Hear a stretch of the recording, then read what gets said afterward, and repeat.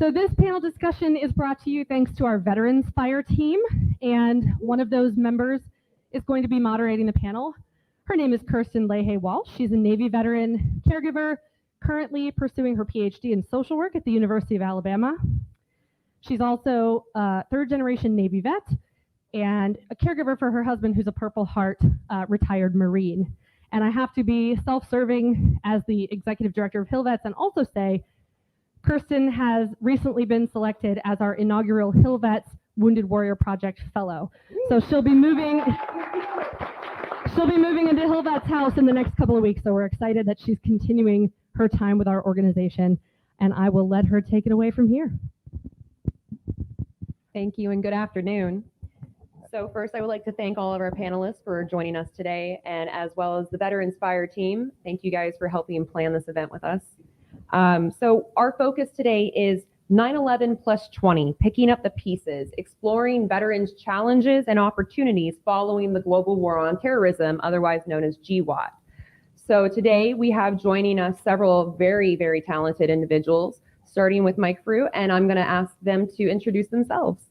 All right, thank you, Kirsten. I appreciate it. You know, I joined VA almost 20 years ago. So speaking of post 9/11, 9/11 happened to me in a building about a block away from here. And I was overlooking the Pentagon when the Pentagon was struck. And that's what veered me into government service and working for VA. Because it turns out no one was interested in 35-year-old investment bankers in the military, but VA was happy to entertain 35-year-old investment bankers to come help out in the loan program. So I ended up joining to work in the loan program. I ran the loan program. If any of you used your home loan benefit, I hope you liked it. If you didn't, it's probably the new guys, but we're trying to keep it good. But I have been there for 19 years, and right now I'm in charge of benefits. So I'm the Principal Deputy Undersecretary for Benefits. It is a whole lot of responsibility to administer benefits to veterans all over the world. But you were asking me, Kirsten asked me to think of one thing that I wanted to focus on for the next little bit. And I would say one thing that's become very important to me, one of my passion projects, is transition. And I think transition is something, as a non-veteran, I can equate it to graduating college and saying half the people graduating had a job at the end of the summer or right away, and they were happy and they could relax for a while. Half the people had no idea what they're going to do next. And having a program in VA called WARTAC, where we would actually train people and hire people prior to transition and go to those graduations and talk to people and see, hey, you know that you've got a job in Florida, you've got a job in Oakland, you've got a job somewhere else, and see how those transitions work versus 200,000 other unique stories over the country every single year as we see transition. And we see what can we do as an agency, as a federal government, as people engaged in this space to help ensure that that transition is successful. And to take away some of the concerns related to it is something that we've been working on diligently the last many years at VA with DOD, SBA, DOL, and others. And it's definitely not going to stop. And we have a lot of ideas in that space going forward. But thank you for the chance to be here today. Thank you. And we have Esther Leibfarth. Thank you so much. I'm Esther Leibfarth. I'm a senior staff attorney at National Veterans Legal Services Program. I am part of their Lawyer Serving Warriors unit. So we are the pro bono arm of National Veterans Legal Services Program. I specialize in medical retirement before the boards for corrections, before the federal courts, the federal circuit, and then my background prior to joining NVLSP was I was actually direct representation for Army service members for 3 years before the MEB and PEB.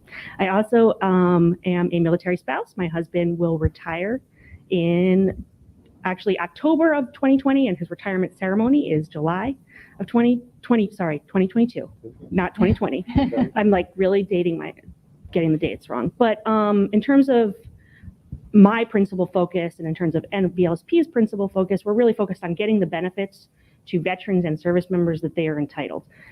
My focus tends to be more on the DOD side and on getting the medical benefits like TRICARE due to getting a medical retirement. I have a specific focus on the dual processing cases. So what do you do when your misconduct is related to your mental health or your unfitting condition?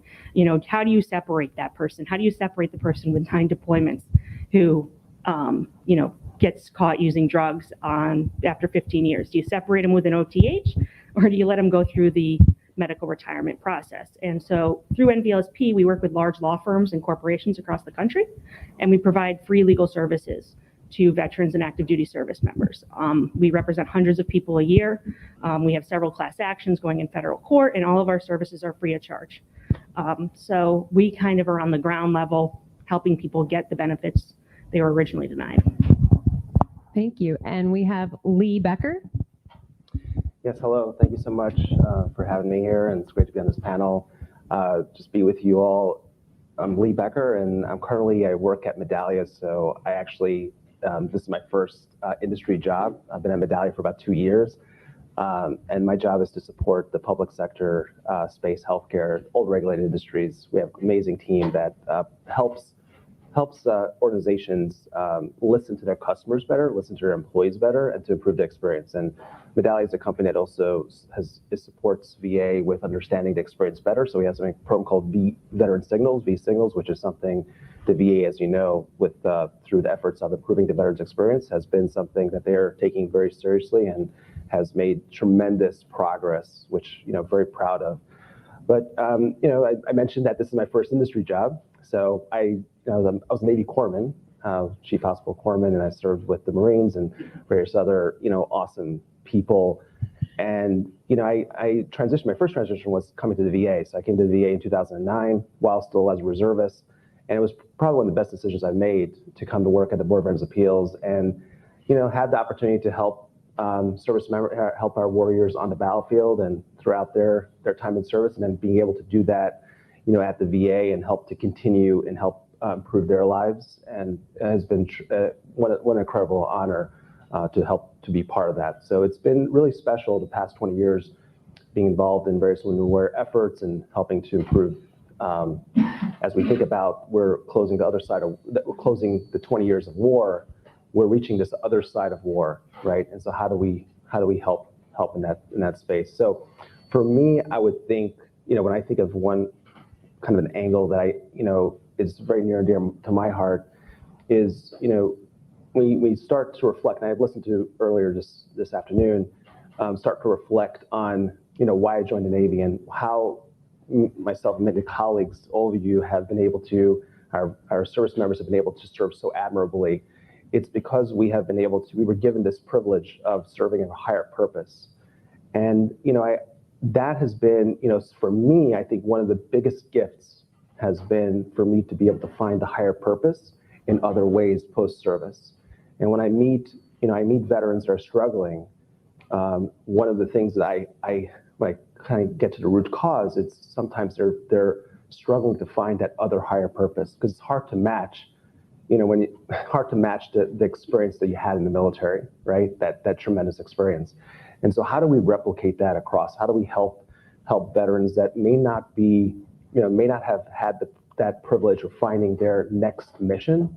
How do we help with doing that? So I'm excited to talk a little bit more about that. Thank you. And we have Dr. Carrie Farmer. Hi, thank you. I'm really happy to be here. I am a senior policy researcher at the RAND Corporation. For those of you who aren't familiar with RAND, RAND is a nonprofit, nonpartisan research organization, really trying to study policies and programs across a wide number of types of topics and areas. I focus on veterans and improving access to high quality care for veterans. Has been my passion for the last 13 years that I've been at RAND. I'm also the co-director of our RAND Epstein Family Veterans Policy Research Institute. And through the Institute, we conduct research on how to improve veterans' well-being across education, employment, healthcare, homelessness, other issues that are affecting veterans, and really try to understand both what are the public and private opportunities for improvement and understanding what works and trying to disseminate those types of things. Absolutely, thank you. So going back to Mike's point, when we start with the veteran transition, what can be put in place to allow veterans to successfully integrate into civilian society? Because we're coming out of the military and many individuals, there's a lot of individuals getting out between the ages of 19 and 25. So they may not have had a job before the military. So what can we do as a community and as organizations to benefit those individuals coming right out of the gate? Well, one thing, I think there's a lot that's in the transition space that's important for transitioning service members. There's what is their level of experience? There's people leaving military that have 25 years of military experience and a wealth of skills to bring to the marketplace. There's people that serve one tour that are 20, 21, 22 years old that have less skills, but certainly plenty of aptitude to pick up new skills and do different things. And I think in the transition space, we've been trying to approach it in a lot of different fronts. And employment is a key part of it, is how do we help find stable, meaningful employment for service members once they become veterans? Because as VA, we look at every single veteran as part of our responsibility for what we hope is a very, very long, productive life. And technically, VA will take you past that in NCA, because we'll take care of your legacy for the rest of the time. I think for eternity is what our requirement is, which is pretty long. But as we look at that transition, we say we've got a whole lot to deal with the lifetime of a veteran. So there's health, and we've got VHA, and access to health is VBA for most cases if there's any type of service-connected disability. But then there's how do we have a relationship with a veteran that we hope will be a lifelong connection between VA and each veteran. And for years, like when my father got out, we got out of Fort Leonard Wood. If there's any Army people, and if you've ever been there, it's not memorable. That's where I grew up. And that is very rural, and there is zero connection to anybody if you're in the Missouri hills, and there's little bumps there. And there's no one to talk to. There's no other veterans around. There's no one saying, hey, let's go to the next VA medical center and have an appointment, or try to use this benefit or that benefit. Zippo. So my dad died having used zero benefits and having never accessed VHA. And he was a Vietnam veteran. He had diabetes. He had plenty of things that would have gained him access to VA, but he didn't know. And when he got older and I worked at VA and he knew because of me, he said, I've got health insurance. I don't need VA. I've got a job. I'm okay. I'm not worried about it. So when he passed away, to get my mother DIC, we had to go through a lot of different processes, and that shouldn't be the case. And we can fix that by forging a relationship. And I think technology and time has helped us, because almost all of us have smartphones and all of us have communities, and you're here. So you have a community that brought you here, but we have intersecting Venn diagrams of connections that get us all together. So the more we can connect people, the better. We started a program at VA called Solid Start a couple years ago, and we started it when I was in charge of outreach and call centers, to say, rather than waiting for veterans to call us and answer their questions, why don't we call them at transition, within 6 months of transition, and then within a year of transition, so we at least start a relationship. And every call is based on who we're calling. It's not a standard script. It's this person has already used their post-9/11 GI Bill, they've got 3 dependents, they've used their home loan, they moved from here to here, they did not. All of the things that we know about them go into that relationship building exercise. And the idea is, after a year, they know a lot more about us. They know that we're here. Maybe they trust us a little more than my father's generation. That's certainly my hope, but it's at least a start. And I think transition builds on that relationship, and then all the different parties we can bring into the transition space and post-transition space to help with upskilling, reskilling, educating, employing, and all the other things that lead to a meaningful post-service experience. Thank you. Well, and families also play a large role in the transition. And so I would like to ask this to Carrie. Where are the families struggling, and how can we put in place more protective factors for them during the transition? I think that one of the challenges is, and I would be interested to hear, like, how many veterans are you able to connect with, or are they lost to follow up and not being able to find them? Because I think the same issue is for families, and how there's not an automatic connection for families once they leave the military. There's not a veteran spouse network or veteran children of veterans network. I know that the Dole Foundation is starting a new campaign around children of caregivers for veterans. I think it's called Hidden Helpers. So that's a important focus for families as well, because it's not just the family is a unit. So if a veteran is struggling, the family is struggling as well, and it's really important to identify opportunities to intervene with the kids and know who they are once their family is no longer part of the military. Absolutely. And we do know that for GI Bill usage, we have veterans that use it, their family members that use it. So for those individuals who decide to pursue higher education, these on-campus clinics, these veterans lounges, these events only for veterans, are those beneficial for both the veteran and their family, or is that pushing them more into a tribe where they don't really interact with civilians? Anybody have thoughts on that? Well, I just had a call last night with my old college roommate, who was a Navy corpsman veteran, also ROTC during college, and went off for another 17 years in the Navy afterwards. And he absolutely interacted with non-veterans. But he was, of course, a 24-year-old freshman, and we were all 18-year-old freshmen. So he had a valid ID. He had a lot of stuff that we didn't have. So I would say it depends. The different schools have done an outstanding job of recognizing their veteran cohorts in their student body. And some are building special areas, you said, like cafes, areas where veterans can congregate. It could separate them or it could not. I think it depends on how the school interacts with it and sets it up for success as it goes forward. From our perspective, we would certainly want it to be part of an integrated campus experience. So it's not isolating, it's actually additive to their experience. Yeah, go ahead.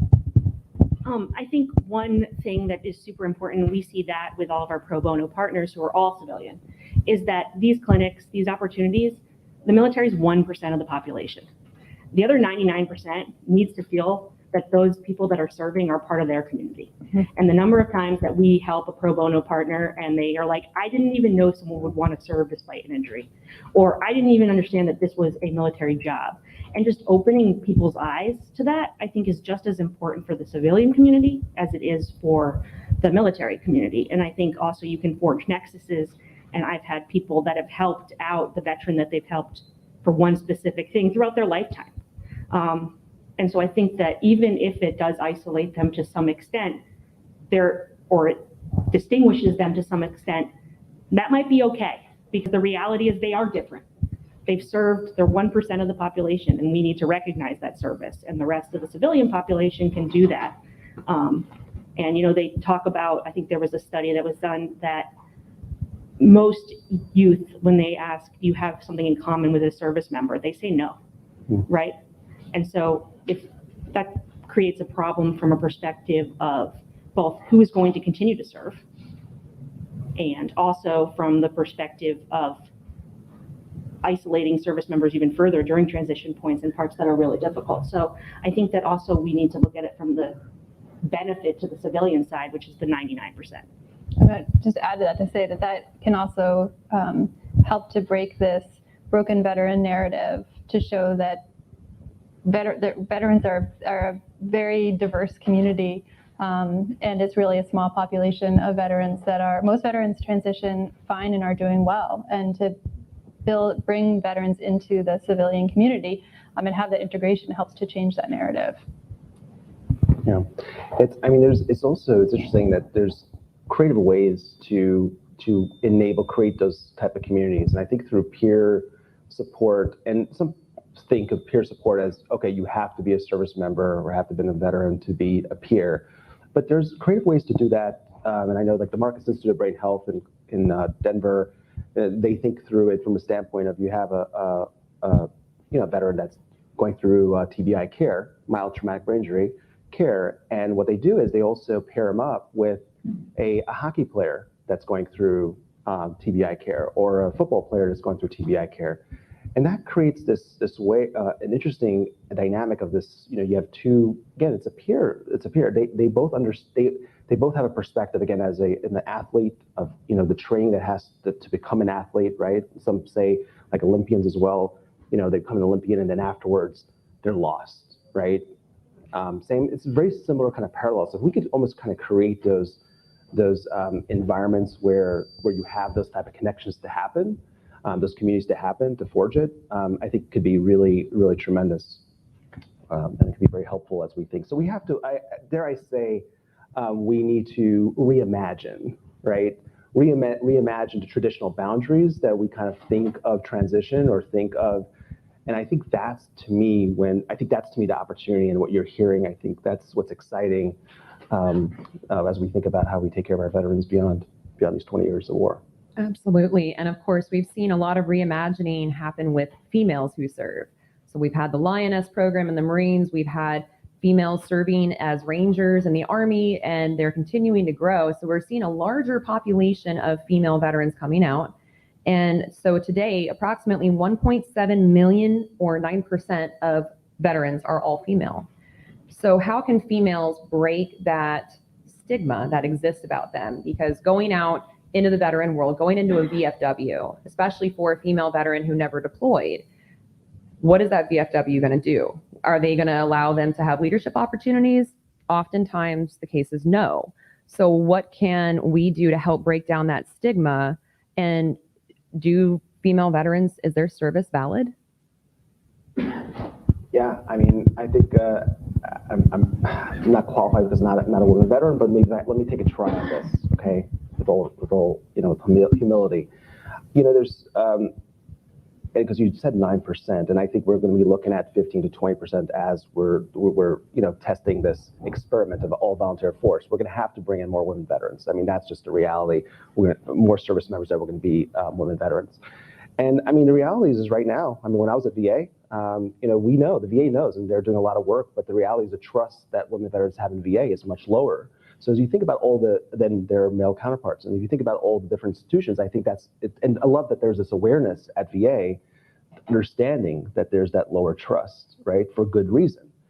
And I think that it is a tremendous opportunity. I know, Aaron, you meant, I listened earlier, you kind of highlighted about your experience, what they said, they thought you could be a soldier or not, right? I mean, that was, I'm sorry, I'm paraphrasing that, but that to me is like, that should not happen. Like that type of, it should not even create that stigma on it. So I think we have to take a proactive and very intentional approach. And I know VA is doing it, for instance, in a lot of their facilities, creating women's clinics, right? Creating the fact that it's crazy to think that when I was at VA at that time, we treated women veterans just kind of similar to our male veterans in the sense of, the type of treatment that they could get. And it's like, no, there's different needs that are required. And so there needs to be an intention that has to happen, not only in the VA, in the military, in our communities, that we have to do that. And we need to, I think, dare I say, take it a step further and not just be passive about it, but be proactive about it to truly address it. But it has to be with intention.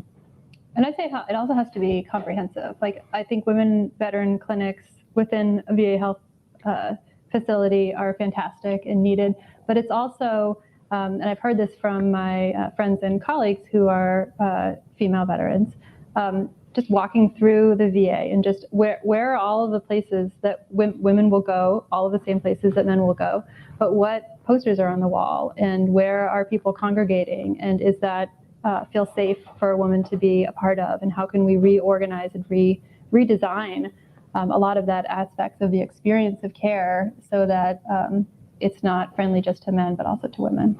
And I think we need to go look back at the laws themselves. So if you look at the VASRD, a lot of the codes, they have analogous codes for female issues. That shouldn't be the case. There should be a reinvention from the ground up. A woman shouldn't have to try to equate her injury to something that is completely out of her body or completely not akin to what she's going through. And so I think until there's a change in the law, it won't be comprehensive. Absolutely. So, and looking at nuanced populations like those who experience traumatic brain injuries, we have an estimate that 22% of OIF, OEF casualties all experienced brain injuries. And 60 to 80% of soldiers who have other blast injuries also trend to have a traumatic brain injury as well. So how can traumatic brain injuries be better recognized? I know that we have some potential options of putting stuff in the field to catch it right after it happens, but what happens for the veteran when they get out and nobody has done an MRI scan yet? How do we better address that? I have a suggestion. So 10 U.S.C. 1177, it says if you're administratively separated, you're required to get a medical examination if you have a diagnosis of PTSD and TBI, and if you have a credible assertion that you have PTSD or TBI. Why is it limited to administrative separations? Why are we not giving every single service member a comprehensive medical exam? That is not, currently right now there's a separation physical. It can be done by a physician's assistant. I have a case in federal court where the Navy was able to basically escape responsibility for the service member because their physician's assistant said, my service member or my client did not have a traumatic brain injury that had duty limiting, he wasn't duty limited by his traumatic brain injury, according to the physician's assistant. Meanwhile, his neurologist documented that he had dizziness, he had vertigo, he had slurred speech. But the physician's assistant, who wasn't really even looking at the traumatic brain injury, said he was fine. So again, we have to take things that are already in place. We have this robust, I think the fact that we look at it as veteran versus service member is probably a problem, is that when they're still in service, you have all these mechanisms to capture all the issues. And so there's no reason why they're 1% of the population, why 1% of the population can't get an exam for mental health and TBI, and make it the responsibility of the commanders, make it the responsibility before you get out, administrative separation, or you're at your end of service, or you're retiring. Like, just make it an obligation, and make the people that are more senior to the people getting out responsible for it. So Yeah, I'll get off my soapbox. no. If I may add a little to that, I think Esther's. I mean, that was so important. Thank you so much for saying and being. I mean, that's a type of bold action that's needed, and reimagination, to creativity that's needed. We're still. I think about from my time when I was in the Pentagon, in Bureau of Medicine and Surgery between 2005 2009, during that time off and on, and we were doing a lot of the wounded warrior care programs. Yes, we've made a lot of progress, and there's been a lot of progress been made, but there's still, frankly, I think there's been a lot of compromise that's been made. Now, compromise is important, right? But over time, if you look back, it doesn't mean that we fixed the issue. We compromised for the various reasons, budget, for, of course, yes, it's all about the service member, all about the veteran and family members, but the reality is there's compromises being made in this beltway. And how do we make sure that we do not lose sight of some of that, like some of the changes that's been made? I'm surprised that there's still programs that we put in place, and being part of it, okay, between 2005 2009, that I know is imperfect. I know, because I remember it was frustrating that I know can compromise and we moved forward, but the fact some of those programs are in place and we're not going back to it to me is an issue. And I think it's an opportunity, right? But you hit the nail on the head on this. We need to do DOD, okay? DOD needs to step up. And DOD does a really good job in preparing us to go to war, okay?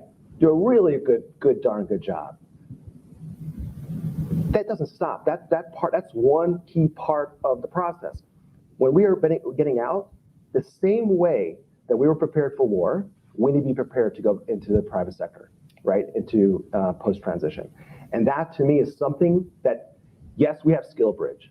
Yes, we have some of those, but we're nibbling around the edges. There's like nibbles, like little nibble. We're not getting to the root issue of it, okay? And that, to me, until we get to that, I think, and that's what I'm like fired up, because the Veterans Fireteam kind of put this together. But no, it's I think we need to be able to, if we want to do it for all, we need to look at the laws, we need to look at the policies, we need to look at DOD, and we make the same investments as they built me as a corpsman. When I transitioned, there's no reason why I should have been homeless in 2003. No reason. 3 months I was living out of my car. And the fact, we're still seeing that today. And there's just no excuse. There's no excuse. So yes, I'm challenging DOD. I am too. Well, let's look at one more thing in regards to this. So we're talking mental health here, the mental health of our service members, of our veterans, of the military families. So why are organizations so hesitant to try out new interventions? It's taken a long time for both DoD and VA to adopt policies that include EMDR or DBT. DBT is still not used big VA-wide. So why are we being hesitant about actually implementing interventions which could be beneficial?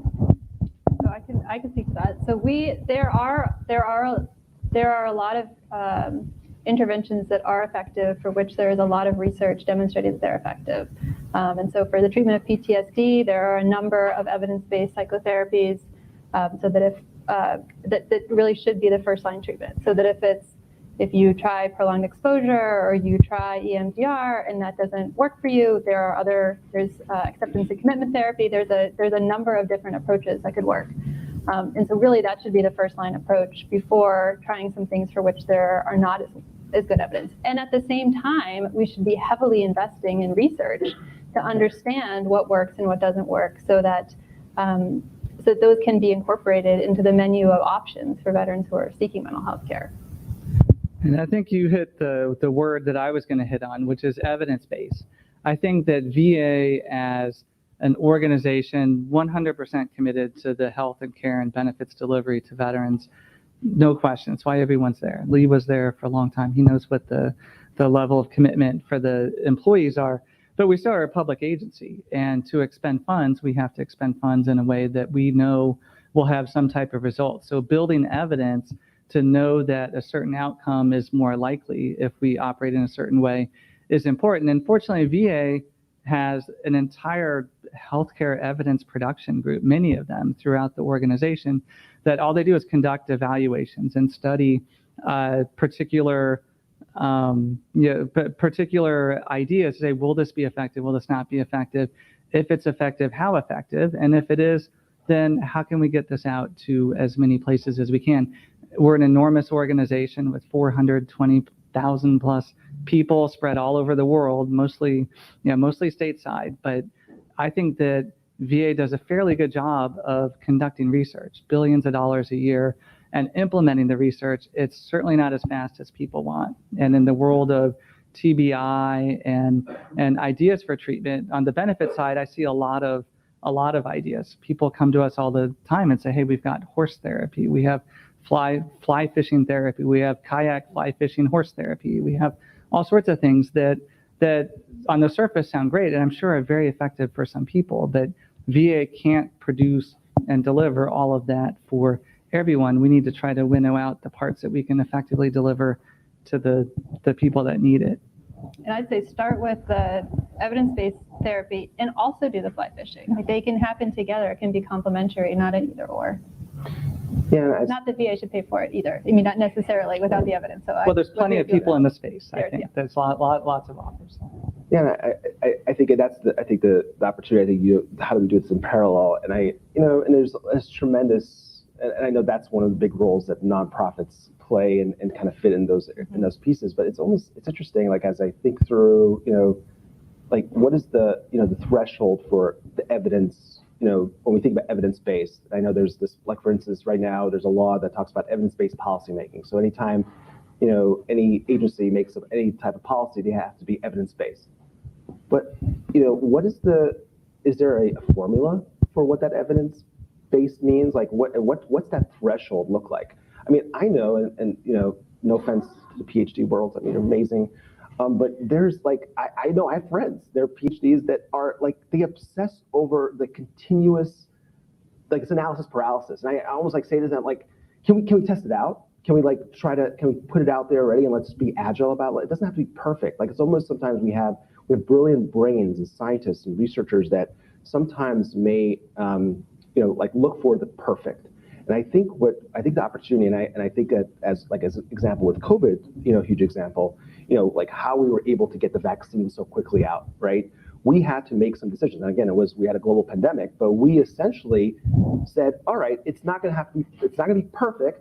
I know this is it's political. I'm not trying to be political here, but the point is, we were able to energized this movement of incredible research, of incredible capabilities to be able to get that vaccine out there and save so many, many lives.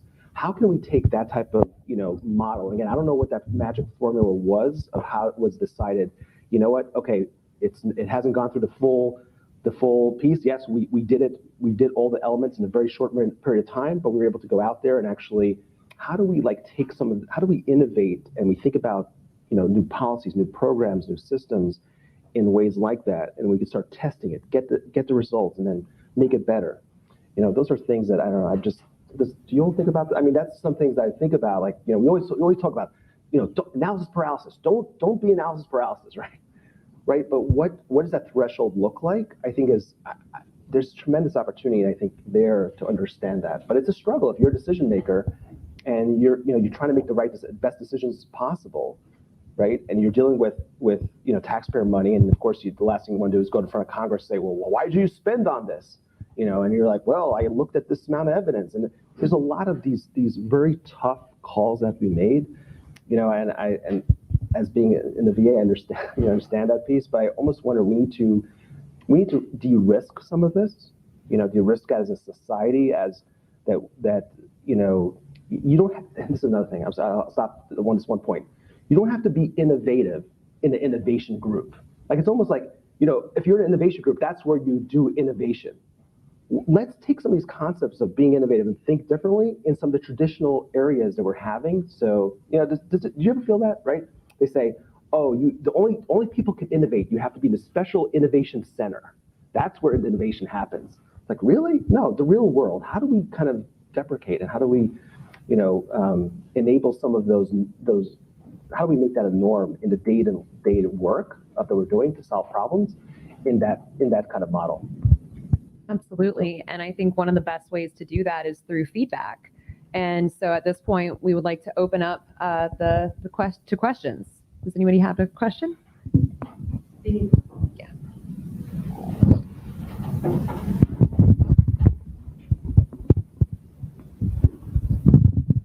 Hi, my name is Lindsay Rowland, and I go to the DCVA, so thank you. I love the VA. I think it's amazing. I think the clinic's great. I think the walk there is great into the clinic. I was not happy with some political things that happened at the VA that I think discouraged women veterans from coming, and I think we all know what I'm talking about. But I would like to ask you, my question to you would be, and to anyone on the panel, what is the difference between a TBI in a woman and a man, or just in like certain body types? Because I feel like that there's a difference, like how a TBI affects your body, like just individually. I think the short answer on that is that the research is so slim that this has not really been studied. Most TBI research is on men. Very little has been conducted on women, and really trying to understand what those differences are. And I imagine that there are differences that are really not well understood. So it's an area that's in urgent need of more research. The DOD defines it the same. Yeah. And the injury itself, I mean, a TBI is the injury itself, like the moment of the head injury, and then it's rated mild, moderate, or severe based on that moment of injury. But the trajectory of recovery it doesn't necessarily equate to the injury itself. And there's no, to my knowledge, no like guidance like on the DOD or the VA side that says this is how the trajectory will go for a man or a woman, because I don't think that it exists. I don't think it exists, right? Yeah, it's not. I don't think it's separated out necessarily. And it's a really great question, good point. As you're challenging the status quo, I love it. And we need to that's the type of attention that's needed. And as I'm reflecting, as you're talking, as you asked that question, just being part of some of the conversations of, in TBI when, we were looking at. So I was involved with the Marine Reserve Medical Hold Program, which is essentially the program back in 2005 when Marine Reservists came back from war. There was no way to transition them properly or continue them on order, so we had a program to do that. And so we had a back then we didn't have a fancy CRM. We had an Access database. We used X because the CRM back then wasn't really non-existent. We used an Access database, and we found about 92 Marines that had some sort of headache or different interesting symptoms, but they were not diagnosed as concussion or TBI. They were not diagnosed that way. And so what we did was, back then is, there was really no, like, we had to really be creative in, what are the type of capabilities out there to do this research, to kind of maybe review. The National Rehab Hospital, here in DC had a TBI program. Also, but we found the DVBIC, Defense Veteran Brain Injury Center, which, since then has been part of Defense Center of Excellence for TBI here in the DoD side, and eventually NICO, National Center of Excellence, Walter Reed Bethesda on that campus. And what we found was we said, okay, DVBIC, can you do this like an assessment of our Marines? And by the way, we didn't have that one woman Marine in that cohort. It was all male. And every single one of them came back as a TBI, right? So we were able to, but then we realized we had this massive problem. But as you're talking about it, I don't know, I wonder if a lot of the research and the original research, whether we had, I don't know how many, women service members, veterans were actually identified. So it's really, you raised a good point about the gap of what they have. And I think your point about the post-treatment process, I think it's yet to be seen, and I think we need to be assessing that and analyzing that data. But it's because this TBI is the signature injury of this, one of the signature injuries of this war, for certain. And for me, it's less about the moderate and severe. It's more about the mild. I mean, the moderate and severe, of course, is important, and we have a lot of systems in place to do that. But the mild, that's the the walkie-talkies, the ones that, I mean, you may have friends or me yourself, where you go to the grocery store and you're like walking down the cereal aisle. And you're like, why did I come to the grocery store? Like, you have these fleeting, like, these memory lapses, and it affects life. It affects general life. And so a lot more work needs to be done in that space. Okay, well, first of all, Lee, you said TBI is one of the signature wounds of this past conflict. You 100% teased our 515 panel, so folks should definitely stick around, as we're going to be talking a little bit more about signature wounds of war. But I have a question from Jane.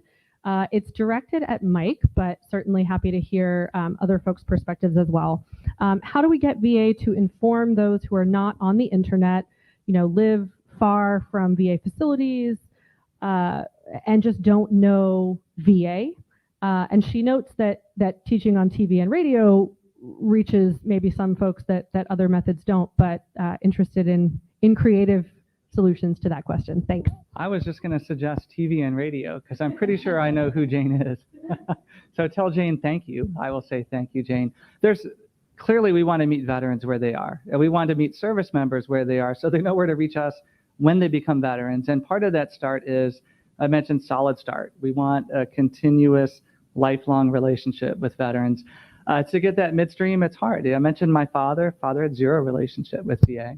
My grandfather, zero relationship. I was an immigrant, German immigrant, and joined the Navy in World War II and served for 2 years in the Pacific and came back, had a wife, had a home, had kids, had zero desire to go to school, that never participated in anything via any of the original GI Bill. And I think there's people like them that I would hate to see existing as the world goes on. We don't need to have people that don't access benefits and services that they've earned just because they don't know about them. And I said, I think technology's on our side. I think Jane talks about people that aren't connected. I know my father, when he died, he was more connected than me. He had an iPhone 5 years before I did. He knew how to do things I didn't know how to do. And I know that there's a lot of conceptions and ideas of how different generations are. And there's people that break those molds. And there's people that live them to a T. And we have to meet all of them. And I think TV is a modality that appeals to some. But I would say as I age, I watch almost no TV. If it's not on Netflix, and I think I'm done with Netflix after the last 18 months and Amazon and other stuff. Where are we going to get it? We get it. And if it's in my car on the dashboard every day, maybe we can advertise in that space. We've got to find ways to get to people. And I think a lot of it is community. Who do they talk to the most? How do we make sure that someone in that peer group knows that can advise them? So you've got a trusted advisor that can guide them to where they need to be. And that's sort of a effort on all fronts. There's no right way. It's not all internet. If I did everything I did by Facebook, then my kids certainly wouldn't see it. They don't look at Facebook. 90% of the world that doesn't use Facebook wouldn't touch it. So we got to increase our modalities. And it's definitely not just just internet, Jane. I promise we actually have a TV PSA campaign started last week on Other Than Honorable, so I hope you've seen it. I guess the obvious question is there's one moment where every single veteran, you can capture them. They're still in service. Like, why is it seems so obvious to me. Like, why is benefits delivered at discharge not an obligation?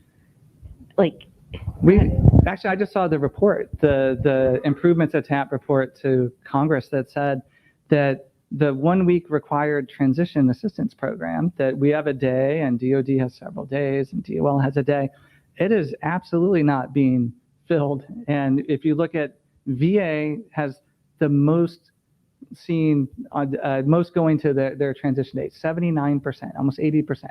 That means 1 out of 5 veterans transition without going to the VA day. 8% go to the DOL day. So that's 1 out of 19 show up. 19 out of 20 do not go to the Department of Labor mandatory transition day. That is an opportunity lost. And many of them could tell their commanding officers that they've already got a job and they can get their waiver, but there's no waiver for the DOD days. They're at 75%. That's 1 out of 4 aren't going to the mandatory days. So yes, you're right. Transition is clearly an opportunity to capture people, but it's from that time forward that we really need to reinforce the message. absolutely. And we can't really say anymore that we don't, because veteran, like when my MEPS, I'm from New York, my MEPS was in Denver. And so so my the addresses were different, right? So back then, when I initially got out in 2003, I guess, there could have been the excuse, addresses change, but now I had an email back then, but everyone has email. Like you have that, you capture it, you have the phone. Usually you have your one number, usually you have it. So even if during the first years, a lot of transition that veterans go through, I'm not trying to overuse that word, but with it, there's micro transitions that happen, right? Whether it's a job, whether, different locations you may be going. And so how do we make sure that we're able to connect digitally? And because there's a digital fingerprint already there. And so how do we leverage that for good and be able to, help. And also the thing is, I think the creativity as well, and Jane maybe getting to that, is how do we make sure that we are not deluging, there's a deluge of information where it becomes overwhelming? Because again, if it's too much information, it becomes like, oh my gosh. But how can we then be able to know better of, okay, what is really the need, and then address the capability with the need, right? I think that could be really cool to see how, and I know VA is looking at that, and but that is something that could be really exciting, because guess who does that? USAA does that, Amazon, Apple, so there's precedent. The capability is there. Of course they're doing it to make money, but so how can we use that type of thought process for good? Like Absolutely, and I think that's a lot to think on. So at this point, we would like to thank the Veterans Fire Team for putting this all together, and thank our guests for joining us today. Thank you guys very much. Have a great day.